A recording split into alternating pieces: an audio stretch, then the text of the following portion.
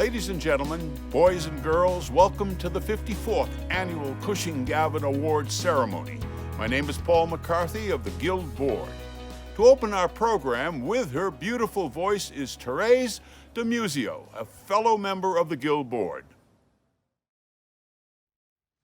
God bless America, land that I love.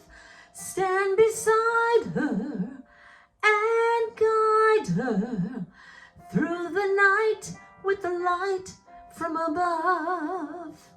From the mountains to the prairies, to the oceans, wide with fall. God bless America, my home, sweet home.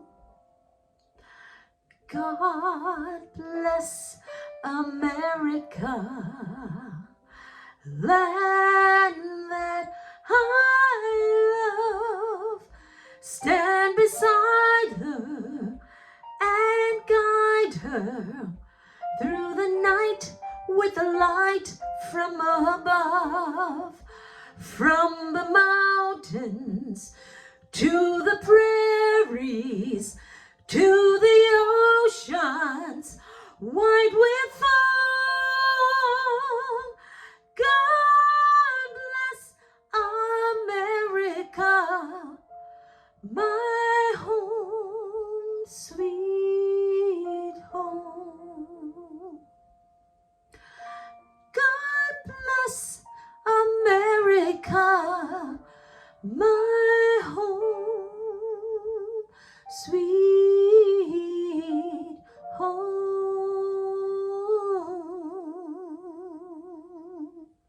Congratulations to all the awardees. Stay safe and God bless. Thank you, Therese, for sharing your talent and grace.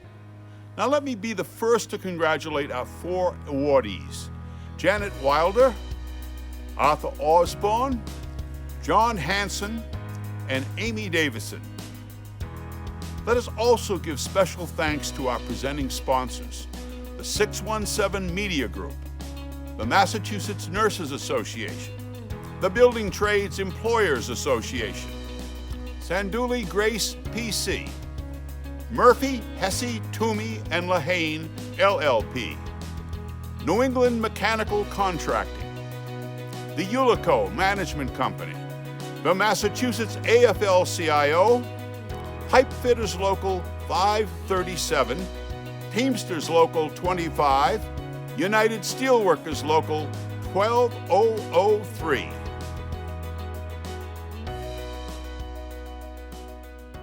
It is the Labor Guild's great honor to introduce the Archbishop of Boston, His Eminence Sean Cardinal O'Malley. Good evening and welcome to the Archdiocese of Boston Labor Guild Cushing Gavin Awards. During these times of necessarily being separated from one another in order to protect our health and that of our loved ones, we give thanks for this opportunity to join together in support of the Labor Guild and in recognition of this evening's honorees, who will offer us their remarks as the program continues. The COVID public health crisis has brought forth many long-standing inequities present in our society. Some of these are related to the economic disparities that have become so greatly pronounced among our labor force. The Archdiocesan Labor Guild seeks to uphold Catholic social teaching concerning the dignity of work and the justice of fair and equitable compensation. Addressing union leaders in Europe, Pope Francis shared that labor, which forgets the person, loses its value and meaning, that a person without work is incomplete, and that an individual becomes a person when he or she thrives in work. These are the principles that motivate the Labor Guild and this evening's honorees, who work together on behalf of labor and management for mutual benefit and for the good of society. The Guild also extends a supportive welcome to the newly arrived in our communities, who are so often fleeing danger and persecution, and come to us seeking the opportunity to build a better future for themselves and their families. The training programs of the Labor Guild School allow our newly arrived brothers and sisters to establish a foundation in the workforce, and those with years of experience to advance in their professions and achieve positions of leadership. Through these efforts and many other good works, the Labor Guild upholds the right of every person to have the opportunity to achieve their God-given potential. May this evening's virtual event be a time of gratitude for the service of our honorees and the success for the support of the Labor Guild's programs and services. May God bless you all. Thank you, Cardinal O'Malley. I am now delighted to introduce our Labor and Management co-chairs.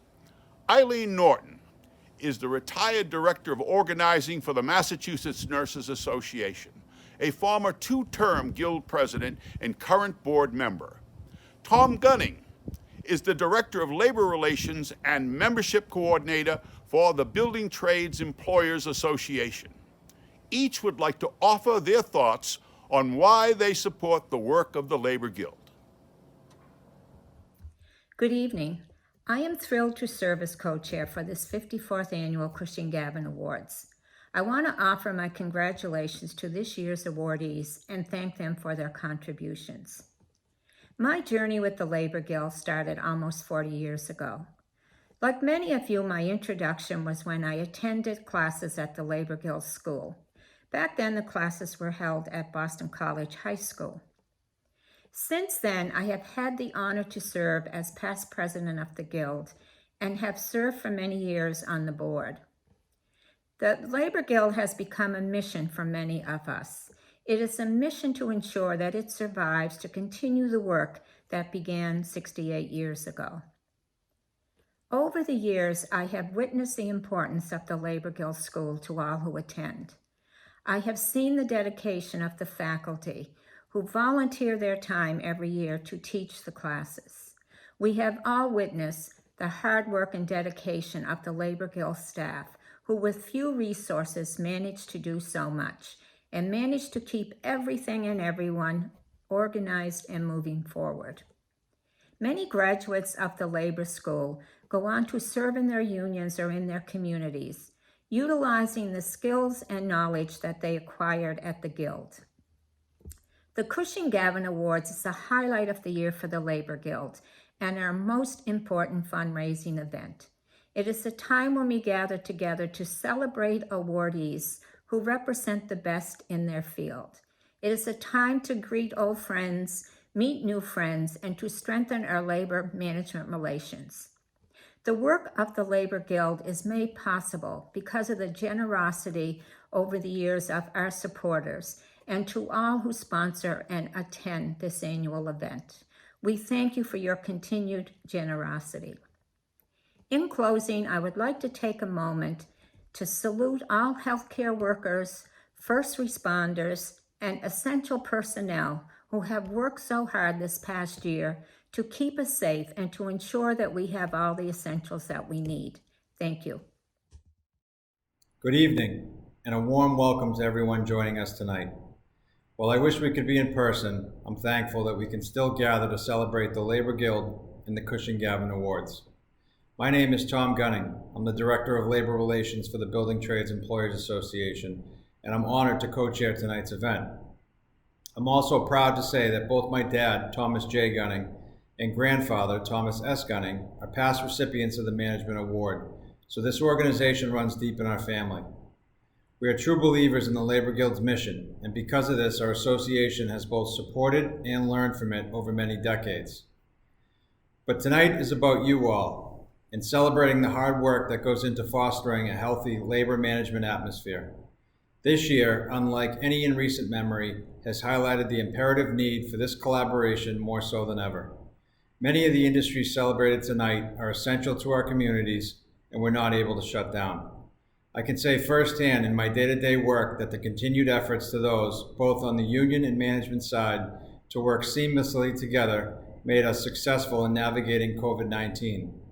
In construction, we leveraged many of the same principles taught by the Labor Guild to come together to ensure the safety of all job sites and, most importantly, all workers. While this year has presented unique challenges, it has also shown us that we need each other more than ever. We truly are the strongest when we work together. My role within the Building Trades Employers Association is to foster this collaboration, and it is made easier due primarily to my partners in the labor movement. It is because of them that we have been able to enhance the health and safety of workers and ensure they have an effective wage and benefit package, all while helping us build a better Boston. In closing, I would like to congratulate the nominees and recipients for the 2020 Cushing Gavin Awards. Thank you for your dedication to this worthy cause. You are essential to our continued growth, and we are inspired by your efforts. Thank you, Eileen and Tom.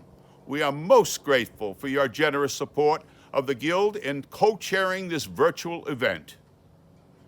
It now gives me the greatest of pleasure to introduce our good friend and tireless driving force, our current Guild President, Dave Kowalski. On behalf of the Labor Guild's board, thank you for everyone for attending here and supporting us in this event this evening. Thank you to everyone who's helped us make this night possible. Our friends and co-chairs, Eileen Norton and Tom Gunning. Our CGA committee, Executive Chair Kevin Cotter, and Guild Treasurer Tom Kerr, Eileen Norton, Steve Finnegan, Lisa Fields, Marty Callahan, Don Affinity, and our board members. And to Father Brian Hare for his terrific support. To the heart and soul of the Labor Guild, our staff, Mary Gandrolis, an administrative associate, Maureen Callahan, and our Father Ed Boyle Fellow, Joe Twiner. To 617 Media Group for all their help and assistance in producing this ceremony tonight. They have helped us bring the dignity and honor of our in-person event to you in a digital format. It is our hope next year this celebration will be in person. Last year when I spoke with you, I shared with you the goals of the executive committee was committed to. The first was to broaden our educational footprint in order to promote and market our educational products. If there's been a silver lining in our COVID experience, it was that it forced us into the Zoom arena, which allowed us to promote our school and extend our school curriculum beyond our traditional borders. However, it did have a negative effect on our second goal, which was fundraising. We are still resilient in our efforts to develop a firm and more stable foundation of income for the Guild and to prosper us into the future. It seems in our world of being a nonprofit organization, this is always a perpetual challenge. Which brings us to why we're here tonight. Tonight represents our most important fundraising event of the year, and we thank you for continually supporting us throughout the years. The Guild is about social and economic justice. It's also about recognizing responsible and good management, who also need to prosper in the same environment. Our aim is to produce an atmosphere that is conducive for both parties, and we are here to honor 4 people who, through a lifetime of commitment and dedication, have produced a body of work which deserves to be honored and respected by their peers. So with that, let me introduce the 2020 Cushing Gavin awardees, beginning with Janet Wilder. Janet, you've proven to be an extremely effective organizer. In collaboration with your counterparts, both union and management, you created a bargaining model where everyone is treated with kindness and respect. And in doing so, set up a system where both parties work to achieve each other's goals. The body of work that you have achieved has been recognized by your peers, both labor and management, which is why we are proud to honor you and present you with the Cushing Gavin Award for Labor. Congratulations.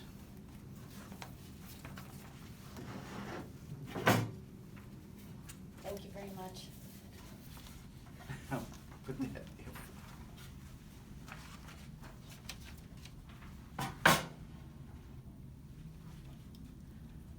Hi, everybody. I am truly honored to receive the Cushing Gavin Award. Thank you to the past awardees for this vote of confidence, and thank you to the Labor Guild, especially to David Kowalski and Joe Twiner. They've been a pleasure to work with.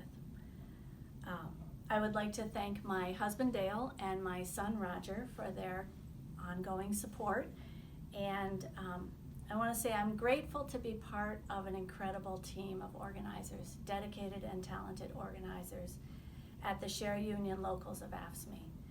And a special shout out to my work partner of 30 years, Elizabeth Santo. I am so proud to stand here representing healthcare workers. If you watch the news, you could be forgiven for thinking that everybody who works in a hospital is a doctor or a nurse. We represent members in at least 100 other jobs. Nursing assistants, respiratory therapists, mental health counselors, radiology technologists, the nice person who makes your appointment, the nice person who welcomes you when you arrive in the clinic, and the equally nice person who sends you a bill. 90% of these people are women, and the hospital can't run without all of these jobs. But they don't get the limelight, and they've had a hell of a year taking care of 9,000 COVID patients at our hospitals. I'd like to bring a few of their voices here to tell you what it was like this spring. When we asked, what was good about the surge, our members said, helping patients and huge support from all around the world. Our department felt like more of a team than it had in years. When asked what was hard about it, members had a lot to say. Daily threat of exposure, one of the scariest times of my life. Going into my unit every day and not seeing my patients improving, it's heartbreaking. The uncertainty of everything and constant changes, I felt completely overwhelmed. Part of my job is to try to keep our members safe. So I'm going to use a little of my time tonight to ask you, please get a flu shot, please wear your mask, and please limit your indoor gatherings. One of our reps jokes that people who won't wear a mask in public shouldn't be allowed to wear pants either. If you do get sick, our members will take great care of you, but they're tired and scared about the next few months. They want you to stay healthy so that they can stay healthy for their families and for each other. The annual Cushing Gavin Award dinner is a time to recommit ourselves to the incredibly important work that we all do in labor management relations. Many of you know my mentor and friend, Chris Rondo, who blazed a trail that I walk every day and who taught me everything I know. She says eating together makes the labor management relationship strong. I'm afraid Zoom is a poor substitute, but it's all we've got this year. Our COVID experience keeps reminding us of how important relationships are. As a union, our strength comes from building relationships of trust with every single member. As a union, we need to be just as intentional in building relationship with managers one-on-one. We all know it's much easier to solve a problem if you can pick up the phone and call someone you know and like to talk about it. At UMass Memorial, those relationships were the foundation for our negotiated labor management partnership. We are using our partnership to help frontline workers have a say in things that they couldn't dream of affecting on their own. How the department runs, how to improve the patient care. The goal is to change how it feels to be at work for our members. At the same time, this improvement work strengthens our hospitals. Again, it's about relationships. At a training recently, a union co-lead said, "We used to blame the manager for everything. Now that we understand her perspective and she understands ours, we can figure out together how to fix the problem." Our labor management partnership gave us a step up in responding to this crisis, this pandemic. we quickly set up a system of daily briefings and where we could problem solve about the redeployment of our members to different jobs, and we could negotiate agreements about flexibility for childcare so that people could handle the homeschooling and remote learning as well as do their work. I have a great management partner, UMass Memorial's Chief Human Resources Officer Bart Metzger. His favorite line is, "There's no business case for adversarialism." I say partnerships are hard work, but the outcomes are better for both our members and for the hospital. And that's what we all want, right? Strong unions and strong institutions. Oh, and having a good mediator always helps. Thanks, Joel. Thanks, Marty. I went into the labor movement as an idealistic young person because I believed unions are the best way to change the world. And I still believe that. One of my favorite members has her own version of the Serenity Prayer. Before the union, there were a lot of things that required serenity to accept. Now with the union, they require the courage to change. Our collective work, building healthy unions and sustainable institutions, is central to rebuilding the middle class of this country. And we have to focus on equity. The social determinants of health cause life expectancy to be 10 years shorter in the neighborhoods where our members live compared to the wealthier neighborhoods. And that was before COVID. Finally, I want to say to you all, keep up the good work, build relationships that matter, and thank you again for this honor. And congratulations to our next awardee, Arthur Osborne. Arthur, your career has brought you through all the aspects of labor and management arena. As a union representative, as a management representative, and now as a consultant where you do a combination of both. As Father Boyle once said to you, good management people are as important as good union people. And that's the core of what we are trying to achieve here at the Labor Guild. The Labor Guild is proud to present you with this year's Cushing Gavin Award for Management. Congratulations, Arthur.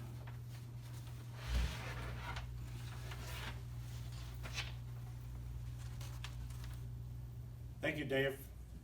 And thank you all for your attendance and participation in the virtual awards social tonight. Indeed, a most special event for the labor and management community. Also, congratulations to my fellow awardees, John Hanson, Amy Davidson, and Janet Wilder. I especially want to thank the Cushing Gavin Awards Committee and the Labor Guild for conferring upon me the privilege of being this year's recipient of the Management Award. As a former student, a former executive board member, and a 42-year member of the Labor Guild, I am certainly thrilled to receive this award. To be included in such an elite group of past awardees, such as my dad, Arthur Osborne Sr., Rich Rogers, Joe Faherty, Kathy Casavant, Jack Torpy, Bob Manning, Wendy Bittner, and Elaine Bernard, to name a few, is truly, for me, quite an honor. Although I currently operate my own labor managed consulting firm, my journey began and was most influenced by my career at Raytheon, where 6 years after serving in the Navy, I began working as an equipment technician and later as an HVAC technician, and was represented by IBEW Local 1505. Not too long after becoming a member of Local 1505, some of my coworkers talked me into running for shop steward. Thus began my labor relations path. I will continue on the union side of labor, moving up in my local union through various positions and eventually becoming full-time local president and assistant business manager, and concurrently serving as president of the Greater Lowell Central Labor Council and vice president on the Massachusetts AFL-CIO. After nearly 20 years in the labor movement, I took an opportunity to join Raytheon as part of their labor relations group in Waltham, Mass. As my career continued, I would be given unique assignments, such as Raytheon's Guam and Western Pacific operations. Living and working on the island Guam for nearly 2 years, and then rotating back to the US mainland. I would eventually become Raytheon's Director of Global Labor Relations, being responsible for all labor relations activity internationally as well as domestically. In this capacity, I would face many challenges in dealing with diverse management teams, a multitude of unions, cultures, and some very different and difficult labor laws. I attribute my success to the lessons I learned through my first 20 years in the labor movement, as well as my involvement in the Labor Guild. I always tried to endear and follow those principles of the Guild's mission, seeking balance between labor and management. Working to find solutions is not always easy, but through hard work and listening to both the workers and management, resolutions can be found, thereby promoting the health of the business as well as taking care of the needs of the employees.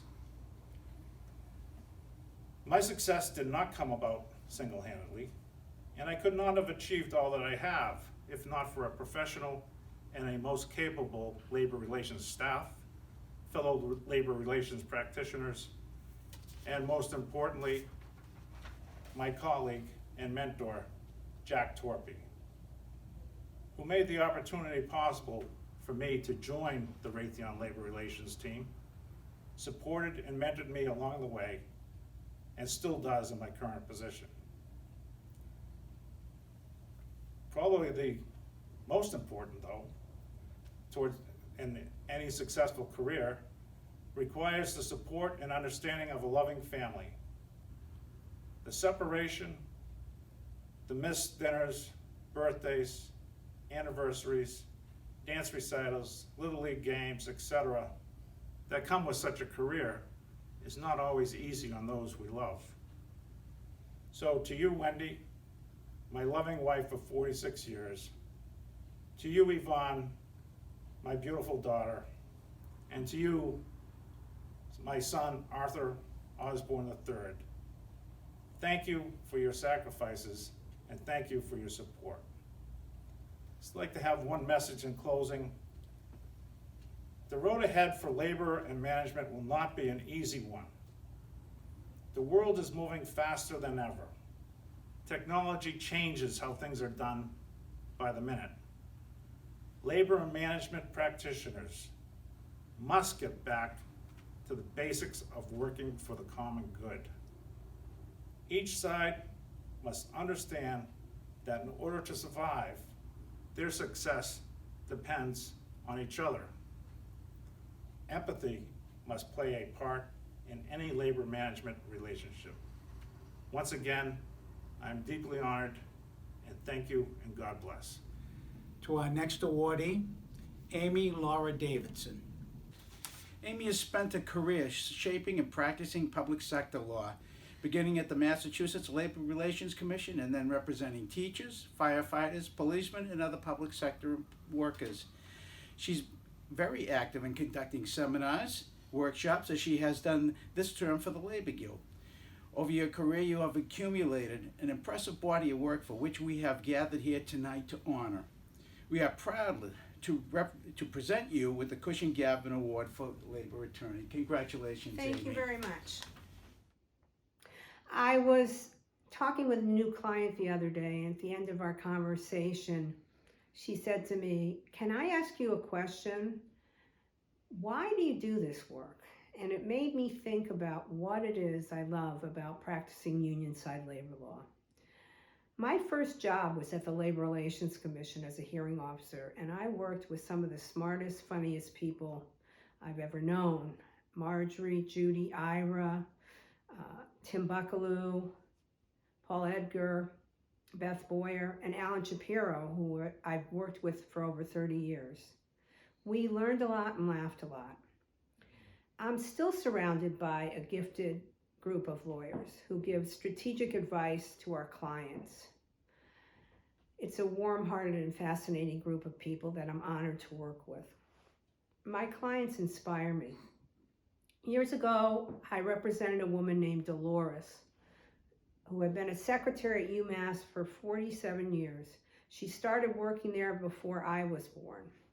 She was elderly and disabled and had to use 2 crutches to walk. But that didn't stop her. Day after day, and year after year, she went to work every day until a new supervisor came who wanted to get rid of her, only because she was elderly. The supervisor would approach Dolly and say, "When are you going to retire? You've been around here too long. I want a written commitment on paper when you're going to retire." It got to the point that Dolly would go hide in the ladies' room just to avoid her supervisor. But she didn't let him bully her into retiring. When I met Dolly, she was all smiles despite pain and all she had been through. She had retired, and we filed charges at the MCAD that were later settled. I still think about how strong and brave Dolly was. One of the most gratifying projects I worked on was working with the BPPA on an amendment to Chapter 150E. For decades, the city relied on the police commissioner statute, which was passed in the 1900s, to justify violations of the collective bargaining agreement. The police commissioner statute said that the police commissioner could issue rules and regulations directing the force as he saw fit. In 1998, the BPPA filed legislation to amend Chapter 150E to make the police commissioner statute subordinate to a collective bargaining agreement. They engaged in a massive effort to get the bill passed. They drove around in cars and found officers on details and handed them cell phones, asking them to contact their legislator and ask the legislator to support the bill. We spent many long days and nights at the State House, and in the end, the bill was passed by an overwhelming majority of the House and Senate, making it veto-proof. The SJC recently held that the amendment to Chapter 150E means that the police commissioner's rules and regulations are subordinate to the collective bargaining agreement as interpreted by an arbitrator. One of my favorite areas has been working in health insurance, because health insurance benefits impacts all unions. Employees bond together and form coalitions. Many unions have preconceptions about other unions. For instance, police and fire think that the teachers are always getting the best deal. Those preconceptions dissolve when everyone's working together for a common goal, good and affordable health benefits. The first health insurance case I worked in was in the town of Randolph. I represented the police and worked with 3 other attorneys representing the firefighters, the teachers, and the clerical employees. The Board of Selectmen was considering eliminating all the HMO plans because Blue Cross had offered them a bargain basement deal if they eliminated the competition. The board held many meetings to discuss the proposal, and those meetings were packed with employees. The board never took a public vote at those meetings and instead had a secret telephone poll where they voted to accept the proposal and later notified employees of their decision. The unions filed a lawsuit challenging the board's action under the open meeting law, and the court held in our favor and nullified the vote. In addition, the unions filed unfair labor practice charges against the town. Back then, many people thought health insurance in the public sector was not a mandatory subject to bargaining. But over the years, thanks to the efforts of many unions, benefits, co-pays, and deductibles in health insurance are now recognized as mandatory subjects of bargaining. In closing, I love what I do. Unions make a difference in working people's lives, and I'm honored to accept this award. Thank you. And our final awardee of the evening, congratulations to John Hanson. The Joint Labor Management Committee that you chair personifies what we advocate here at the Labor Guild, and what Father Boyle spent a lifetime dedicated to, encouraging methods where both parties could come together without judgment and collectively solve their issues in a constructive environment. Therefore, John, it is fitting that the Labor Guild proudly present to you the Father Edward F. Boyle Award. I would just like to thank the Labor Guild and its selection committee for granting me this great and totally unexpected honor, and for the chance to be with you this evening, even if it is virtually. Before I begin my remarks, though, I would just like to say how fortunate the labor management community is in Massachusetts to have the Labor Guild here. Since 1945, it has provided the support for the community through its neutral services and its educational programs. It has promoted fairness and equity in labor management relations, encouraged management excellence, and recognized the dignity of all workers. It is a very special organization and an institution in our community. Were this the normal Cushing Gavin Award dinner, I would ask each of you to stand up and give them a loud round of applause for the Guild and the staff for the incredible work that they did. Since I can't do that, I just have to urge you to kind of give them some, express your appreciation firsthand every chance you get. I would like to recognize my family for the love and encouragement that they have given me over the years. My father Alden was a machinist during World War II, and later a sales engineer for his employer. My mother Flora, a hairdresser by trade, and a housewife and mother that we could always count on. I also want to recognize my brother David and his wife Louise, who are watching tonight from Palm Coast, Florida, and my sister Karen watching from Sarasota, Florida. And of course, there is the North Star of my life, my best friend, and my loving wife, Jan Dunleavy, a lifetime teacher of elementary special needs students. She has stuck with me through the twists and turns of my life. It hasn't always been easy, but I love her for it. Thank you. And although this may sound unusual, I'd like to thank my grandparents, Silva and Mary Seymour from Kottakuk, Quebec, and John and Tilly Hanson from Birketorp, Sweden, who came here in the late 19th and early 20th century. They could not speak English, but like most immigrants today, they came here looking for a better life for themselves and their family.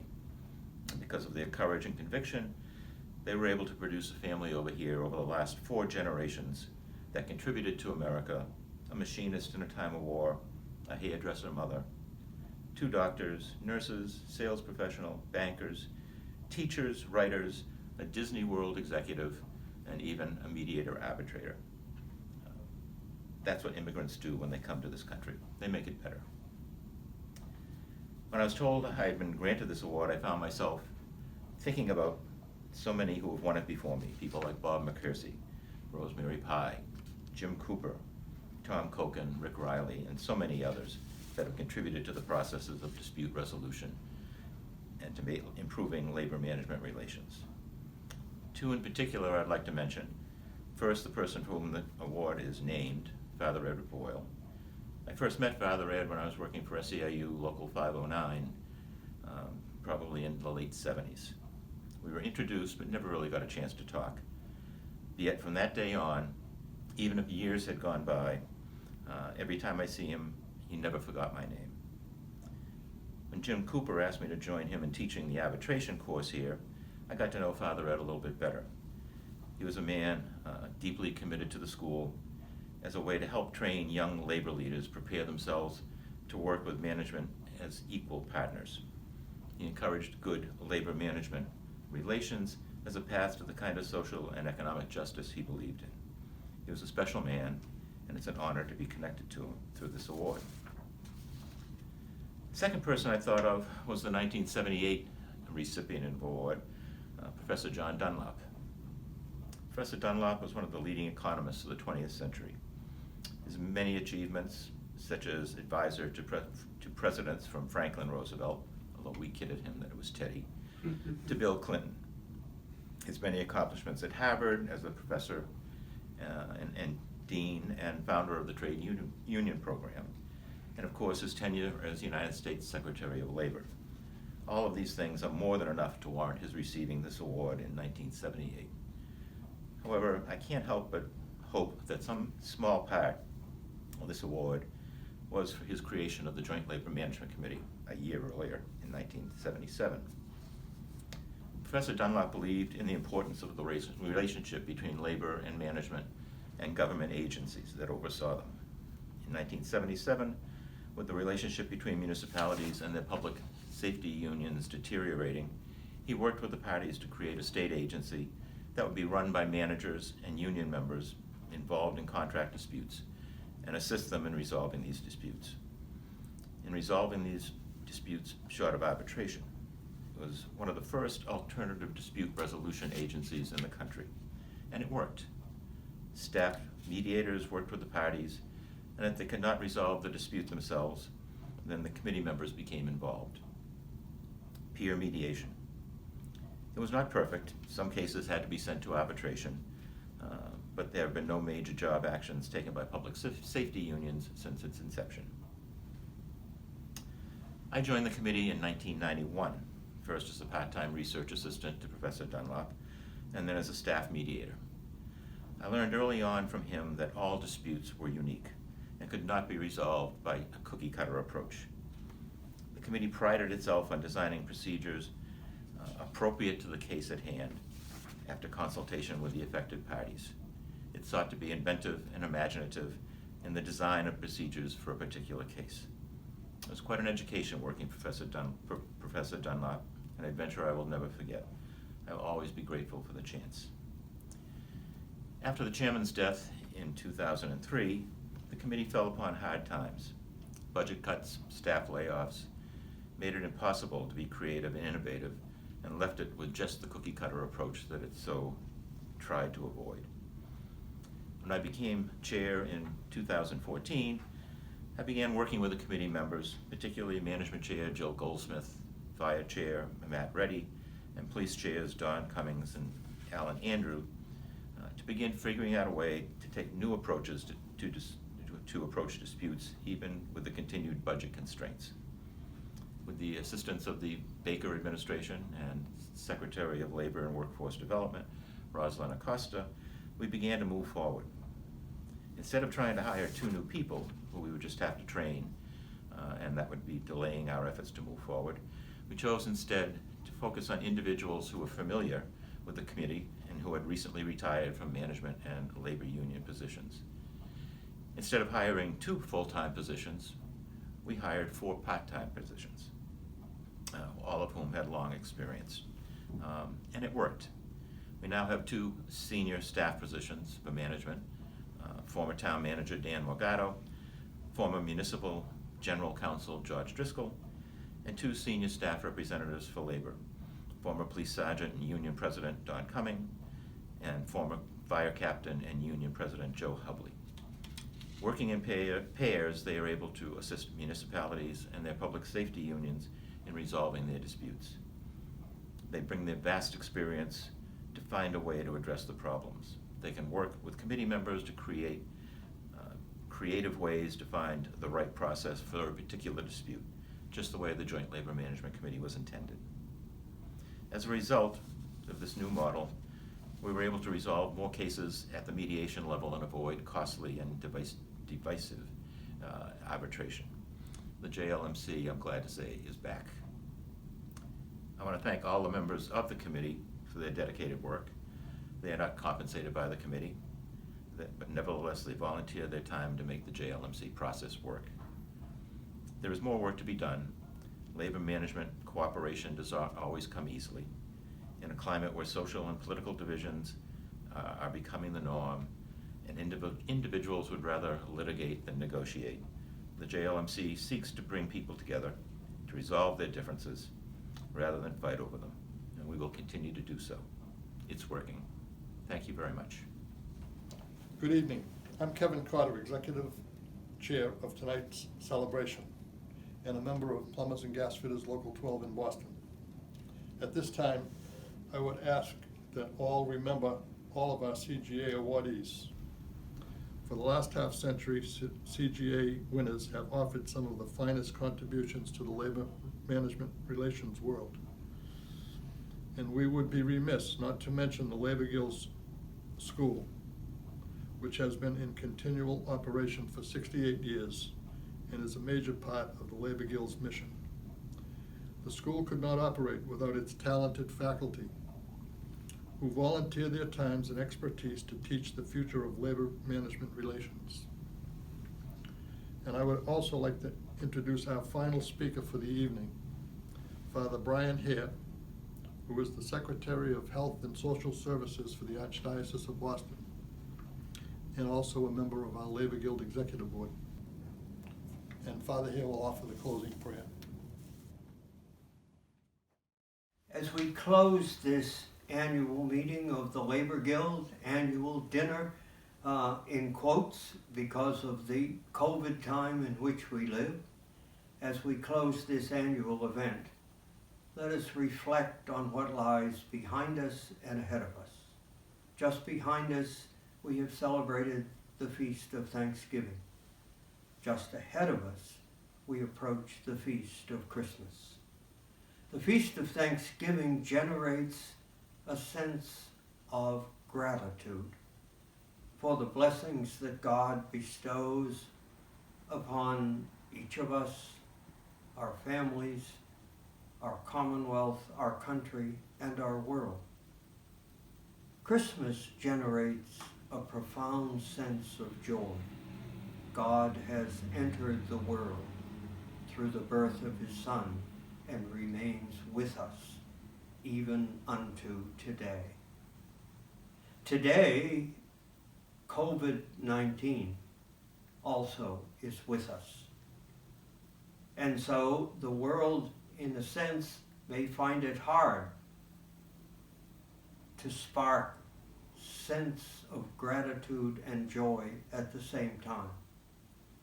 But that is what faith means, that in good times and in bad, we recognize deeper truths than what we see and experience each day. We see and experience this year the terrible suffering of families who have lost people to COVID.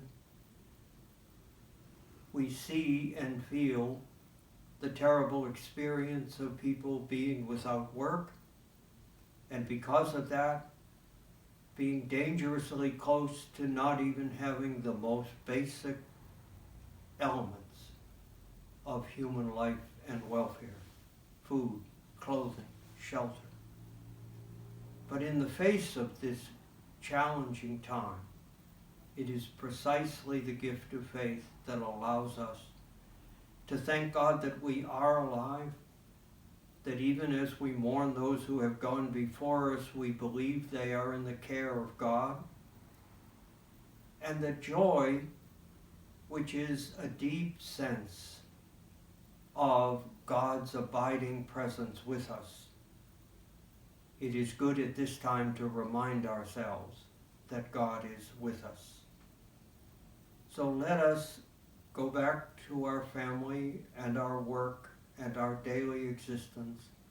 Let us approach Christmas and not let the surrounding gloom of this terrible pandemic wipe out either a sense of gratitude or joy, because with both of them in our lives, we are able to be a source of joy to others, a source of support to others.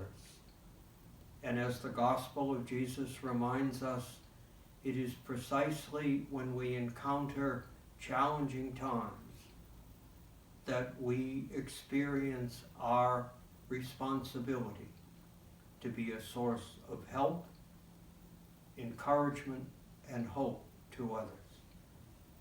And so, blessings on all who have gathered here this night, blessings on the continued work of the Labor Guild, and blessings on all those who we hold in our minds and hearts, those for whom we pray, whether they have gone before us or are with us or are in particular need at this time. Thank you.